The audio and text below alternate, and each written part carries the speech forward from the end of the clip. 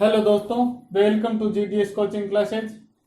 पिछली वीडियो में हमने बात की थी विभाज्यता के नियम के बारे में, 2 से लेकर 11 तक के नियम के बारे में बात की थी। आज हम बात करेंगे फैक्टर के बारे में।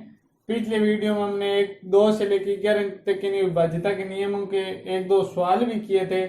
आज हम बात करेंगे फैक्टर गुणनखंड के बारे में बात करेंगे। उससे पहले हम उसी से रिलेटेड 1-2 सवाल और कर लेते हैं। जैसे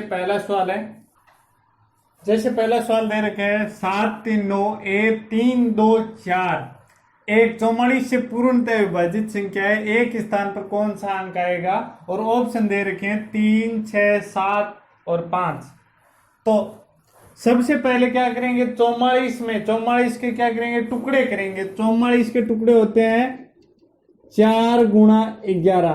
तो 4 का नियम क्या है? सबसे पहले 4 का नियम लगाएंगे। 4 का नियम क्या है? लास्ट 2 अंक है वो 4 से डिविजिबल होने चाहिए, यानी 4 से विभाजित होने चाहिए। तो 4 से विभाजित 24 4 से विभाजित है, यानी ये संख्या 4 से विभाजित है। अब देखना है हमें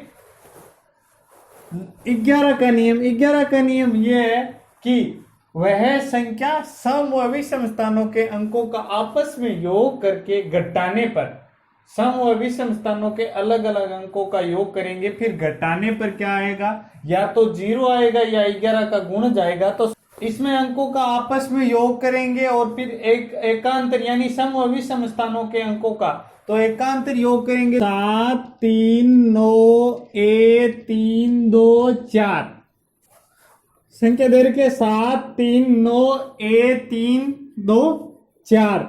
तो संख्या अब क्या करेंगे, 11 का नियम लगाएंगे। इसमें 11 का नियम लगाएंगे तो 11 का नियम क्या बोलता है कि एकांतर अंकों का योग करके फिर आपस में घटाने पर क्या आना चाहिए?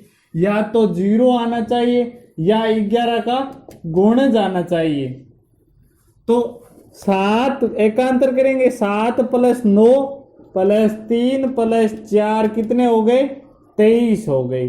अब इनको एकांतर करेंगे, 3 + a + 2 तो कितने हो गए? a + 5। अब क्या करेंगे, इनको आपस में घटाएंगे तो 23 - a - 5। तो 23 में से 5 घटाएंगे, कितने बचे?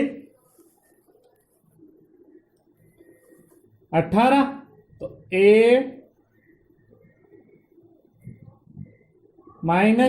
और 18 किसके हो गए? प्लस के। अब 18 में से 1 घटाना है, तो यानी 1 अंक रखना है। तो 1 से 9 तक अंक रखने हैं, 1 से 9 तक अंक रखने हैं। तो 18 में से कितने घटाएं? या तो 0 आ जाए, 11 आ जाए। तो हम अगर 18 में से 18 घटाएंगे तो यहाँ 2 अंकों में होगी। हमें अंक क्या चाहिए? 1 ही चाहिए। तो 18 में से 1 घटाएंगे तो 18 में से 11 घटाएंगे तो कितने बचेंगे? 7। तो इसका ऑप्शन क्या आया? सी, यानी 7। जैसे अगला सवाल इस प्रकार है, 99 अंकों वाली किसी संख्या के प्रथम तथा अंतिम अंक 2 है तथा वह संख्या 11 से पूर्णतः विभाजित है, बताइए मध्य के सभी अंक क्या होंगे? तो 11 का नियम क्या था? सम स्थानों के अंकों का योग तथा विषम स्थानों के अंकों का योग का अंतर, यानी अंतर निकालने पर क्या आए? या तो 0 आए या गुण 11 का कोई गुण जाए। तो सबसे पहले हम ले लेते हैं जैसे अंतिम अंक। इसमें अंतिम अंक और प्रथम अंक दे रखा है 2, तो बीच का हम इसमें ले लेते हैं 1। तो 1 लेंगे तो 2 2 4, 4 में से 1 घटाएंगे 3। ना तो ये 11 का गुणज है और ना ही 0 है। तो फिर 2 लेते हैं तो 2 2 2 तो 4 में से 2 घटाएंगे 2, ये भी नहीं है। फिर लेते हैं 3, तो 3 लेंगे तो 2 3 2 तो 4 में से 3 घटाएंगे 1, ये भी 11 का कोई गुण या 0 नहीं है। फिर लेते हैं 4, 2 4 2 2 और 2 4, 4 में से 4 घटाया 0। यह हो सकता है ऑप्शन कौन सा? डी, 4। तो देखो संख्या बना के देखते हैं। जैसे कोई छोटी संख्या बना लेते हैं, 2 4 4 4 4 2। जैसे ये ले ली मैंने, 2,44,442 कोई संख्या ले ली। बीच के अंक हमने 4 रखने, बीच का अंक याद करना है हमें, और अंतिम और फर्स्ट अंक दे रखा है हमें। तो अंतिम और प्रथम अंक दे रखा है हमें, तो प्रथम और अंतिम दो दो है ही। अब जैसे इसको 11 के नियम के अनुसार ले लेते हैं, 4 और 2 6, 6 और 4 10। फिर इनको ले लेते हैं, 4 और 4 8, 8 और 2 10, 10 में से 10 घटाएंगे क्या आएगा 0। तो यानी 99 अंकों वाले किसी भी कोई संख्या है उसमें बीच वाले अंक क्या आएंगे 4 आएगा हमेशा। अब बात करते हैं हम फैक्टर के बारे में, गुणनखंडों के बारे में, गुणनखंड किस प्रकार के हैं उसके बारे में बात करते हैं। अब आते हैं गुणनखंड पे। फैक्टर में फैक्टर का परिभाषा क्या है, ऐसी संख्या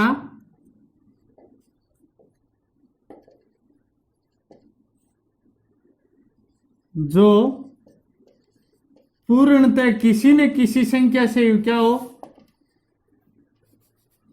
विभाजित हो।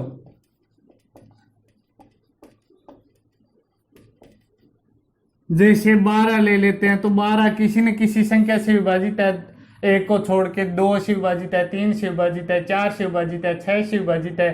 तो इसके फैक्टर क्या आएंगे, 1 आएगा, 2 आएगा, 1 से विभाजित हो रहा है, 2 से विभाजित हो रहा है, 3 आएगा, 3 से विभाजित हो रहा है, फिर 4 आएगा, 4 से विभाजित हो रहा है, फिर 6 से विभाजित हो रहा है, फिर 12 से विभाजित हो रहा है। तो इनके आगे ये फैक्टर गुणनखंड।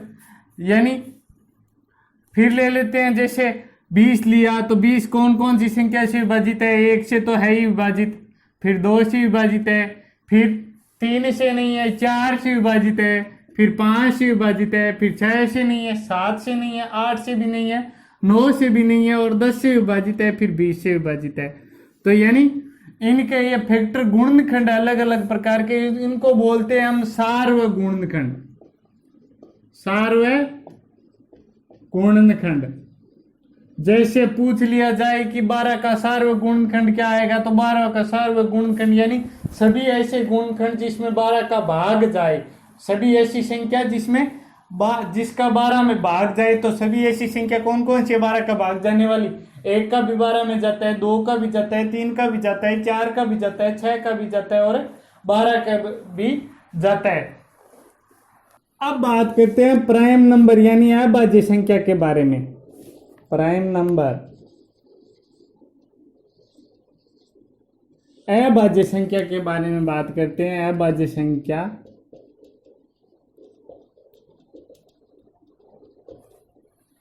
अभाज्य संख्या की परिभाषा यह है, वह संख्या जिसका एक या समय के अलावा किसी अन्य संख्या का भाग नहीं जाता हो, जिसके अन्य कोई गुणनखंड नहीं हो, वह संख्या क्या कहलाती है, अभाज्य संख्या कहलाती है। जैसे वह संख्या जिनका या जिसमें एक या स्वयं के अलावा किसी संख्या का भाग नहीं जाता हो, गुणनखंड नहीं हो। जैसे संख्या 2 है, एक से बड़ी संख्या होती है, अभाज्य संख्या हमेशा एक से बड़ी होती है, एक ना तो अभाज्य संख्या और ना ही भाज्य संख्या है। तो सबसे छोटी भाज्य संख्या कौन सी है, 2 है। 2 ऐसी सम संख्या है, सम अभाज्य संख्या है जो सबसे छोटी भी है और सम भी है।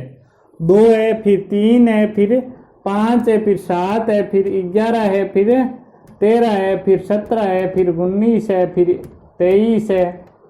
तो ये कौन सी संख्या है, अभाज्य संख्या है जिनमें स्वयं या एक के अलावा किसी अन्य संख्या का भाग नहीं जाता हो।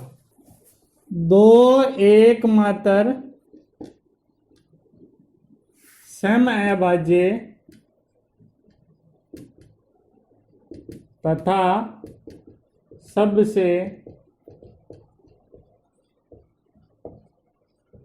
छोटी अभाज्य संख्या है।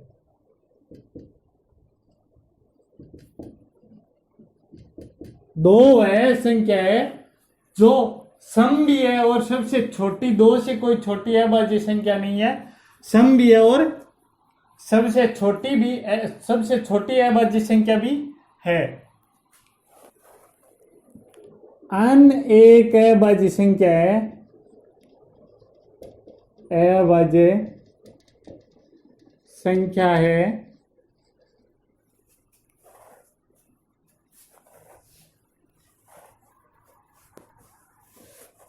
यदि 2 से रूट n तक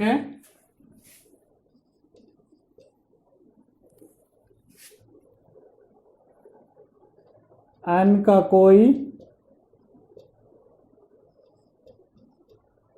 फैक्टर नहीं हो या गुणनखंड नहीं हो।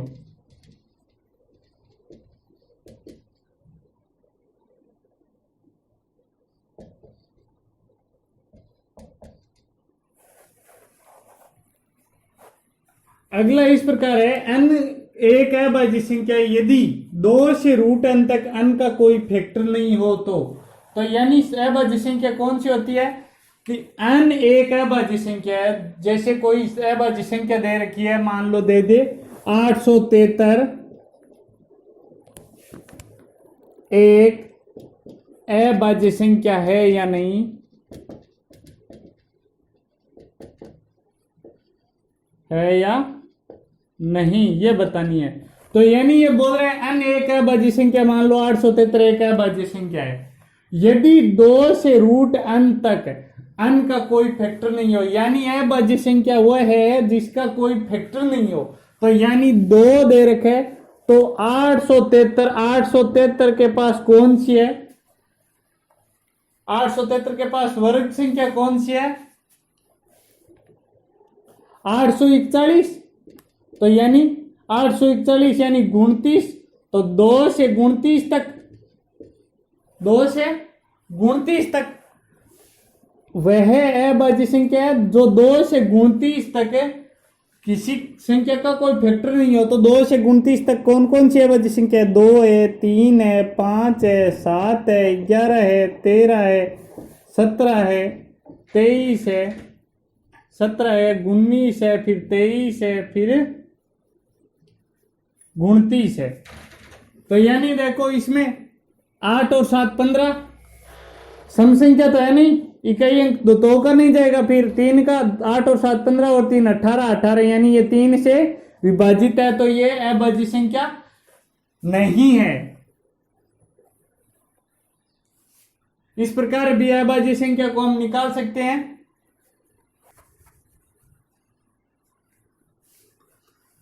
फिर अभाज्य संख्या की एक और पहचान है, 2 या 3 के अलावा सभी अभाज्य संख्या 6 के गुणज के आसपास होगी। तो यानी 6 के गुणज के आसपास 2 या 3 के अलावा, 2 और 3 तो है ही, फिर 6 के गुणज के आसपास कैसे, जैसे 6 है तो 6 एकम 6, 6 से पहले 5 फिर 7, ये अभाज्य संख्या है दोनों। फिर 6 दूनी 12, 12 से पहले 11 फिर 13 बाद में, तो ये दोनों भी अभाज्य संख्या है। फिर 6 3 18, 18 से 1 पहले 17, 1 बाद में 19, ये दोनों भी अभाज्य संख्या है। तो इसी प्रकार अभाज्य संख्या भी निकाल सकते हैं। जरूरी नहीं कि 6 के आसपास के गुणज के आसपास वाली दोनों तरफ वाली अभाज्य संख्या हो, लेकिन होगी तो 6 के गुणज के आसपास वाली ही होगी। जैसे मान लो आगे 6 चौक 24, 24 से 1 बाद में 25 है और 1 पहले 23 है, तो 25 तो अभाज्य संख्या नहीं है। क्यों नहीं है? 25 में 5 का भाग जाता है 25 और 1 के अलावा, लेकिन 23 है। तो यह जरूरी नहीं है कि 6 के गुणज के आसपास वाली सभी अभाज्य संख्या ही हो, लेकिन होगी तो 6 के गुणज के आसपास वाली होगी। जैसे पूछ लिया 50 से 80 के बीच अभाज्य संख्या कितनी है वो बतानी है, तो अभाज्य संख्या 50 से 80 तक, तो 50 के बाद 6 का पहाड़ा क्या है, 9 छके 54, 50 के बाद है, फिर 6 दे 60, फिर 11 चकी 66, फिर 12 चकी 72, फिर 13 चकी 78 और 14 चकी 84। 80 से ऊपर जा रहा है तो हमें देखना क्या है, 80 से कम और 50 से ज्यादा। तो 50 से ज्यादा 54 से 1 पहले 53 और 1 बाद में 55। ये अभाज्य संख्या नहीं है, ये है क्योंकि 55 में 11 और 5 दोनों का भाग जा रहा है। फिर एक पहले 59, फिर एक बाद में 61, ये दोनों ही अभाज्य संख्या है, क्योंकि 9 और 5 14, 2 का इसमें जा नहीं रहा, इकाई अंक दोनों में क्या है, विषम है। फिर 3 का 6 और 1 7 नहीं जा रहा, फिर 4 का भी नहीं जाएगा, फिर 5 का भी नहीं जा रहा, 6 का भी नहीं जा रहा, 7 का भी नहीं जा रहा है, इसमें 8 का भी नहीं जा रहा है, 9 का भी नहीं जाएगा। फिर 66 से 1 पहले 65, ये 5 और 13 से दोनों से विभाजित हो रही है, तो ये भी कट। और 67 ये अभाज्य संख्या है। फिर इससे पहले 1 पहले 71, इसके एक बाद 73, फिर इससे 1 पहले 77, ये अभाज्य संख्या नहीं है। फिर एक बाद में 79, ये अभाज्य संख्या है। तो कितनी होगी, 1 2 3 4 5 6 7, तो 7 अभाज्य संख्याएं कि 50 और 80 के बीच कितनी है, 7। फिर पूछ ले 1 से 50 तथा 50 से 100 के बीच। तो 1 से 50, तो 1 से 50 तो 2 और 3 तो है ही। फिर 6 के पहाड़े में 1 पहले 5 और 7, फिर 11, फिर 13, फिर 17, फिर 19, फिर 19 के बाद 23, 24 भी नहीं है, 25, 26 भी नहीं है, 27 भी नहीं है, 29, फिर 31, 37, 41, 43, 47। तो कितनी है, 1 2 3 4 5 6 7 8 9 10 11 12 13 और 14 15। तो 1 से 50 तक अभाज्य संख्या कितनी है, अभाज्य संख्या कितनी है, 15। और 50 से 100 के बीच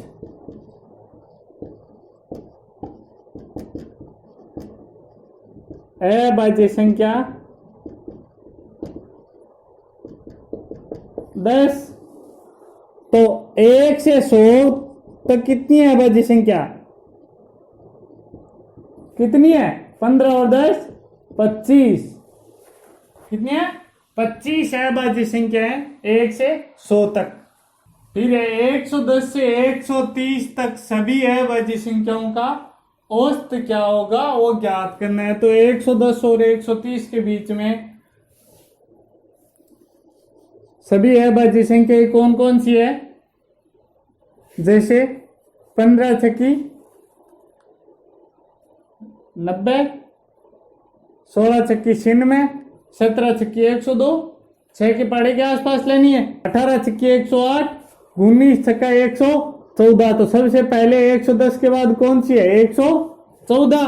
फिर देखते हैं 114 के बाद 120, 120 के बाद 126, और 126 में 6 जोड़ने पर 132 और 130 से ज्यादा हो गए। तो इनके आसपास वाली हमें संख्याएं देखनी है, कौन कौन सी संख्या होगी। 114 से पहले 113, फिर 114 के बाद 115, ये 5 से विभाजित है। फिर 120 से पहले 119 और एक बाद 121, ये भी 119 किससे विभाजित है, 17 से, ये भी कट। 121 किससे विभाजित है, 11 से, 11 का वर्ग 121, ये भी कट। 126 से पहले 125, ये भी 5 से विभाजित है। 126 के बाद 127, तो दो ही अभाज्य संख्या 113 और 127। तो हमें औसत ज्ञात करना है। तो औसत क्या होता है, राशियों का योग बट्टा राशियों की संख्या। तो योग 113 प्लस 127 बट्टा संख्या कितनी है, 2। तो 113 में 27 जोड़ने पर 20 और 10 30, 30 और 10 40, 240 बट्टा 2 कितने हो गए, 120। 44 प्रकार अभाज्य संख्या है एक चार अभाज्य संख्या बढ़ते क्रम में इस प्रकार है कि प्रथम 3 का गुणनफल 385 है, अंतिम 3 का गुणनफल 1001 है। तो सबसे बड़ी व सबसे छोटी संख्या अभाज्य संख्या ज्ञात करनी है। तो देखो 3 4 अभाज्य संख्या पहली को मान लेते हैं ए, दूसरी को मान लेते हैं बी, तीसरी को मान लेते हैं सी, चौथी को मान लेते हैं डी। 4 अभाज्य संख्या इस प्रकार है कि प्रथम 3 का गुणा करेंगे तो प्रथम 3 का ए गुणा बी गुणा सी बराबर 385 गुणनफल आता है, और अंतिम 3 का गुणा करेंगे तो बी सी डी, बी गुणा सी गुणा डी बराबर 1001 आता है। तो अब क्या करेंगे, सबसे छोटी और सबसे बड़ी संख्या ज्ञात करनी है। तो ए गुणा बी गुणा सी बट्टा बी गुणा सी गुणा डी बराबर 1001। तो यानी बी से बी कट गया और सी से सी कट गया, बच्चे क्या, ऊपर ए नीचे डी। अब इनको काट दो, 5 से ये कट रहा है लेकिन ये नहीं कट रहा है। 3 से देखते हैं, ये नहीं कट रहा है, 8 3 11 5 16, ये भी नहीं कट रहा है। 3 5 और 3 के बाद में देखते हैं 7 से, तो 7 पंजो 35 ये कट रहा है, 7 पंजो 35 ये भी कट रहा है। 7 एकम 7 बचे 3 30, 7 चौके 28 बचे 2, 7 तिरी 21, 143। फिर 11 से देखते हैं, 11 एकम 11, 11 पंजो 55, 11 एकम 11, 11 33। तो ए बराबर तो आया 5 और डी बराबर आया 13। अब क्रमवार 4 अभाज्य संख्या इस प्रकार है, छोटी तो है 5 और बड़ी है 13। तो 5 के बाद अभाज्य संख्या है 7, उसके बाद 11, उसके बाद 13। ये हो गई बढ़ते क्रम में अभाज्य संख्या।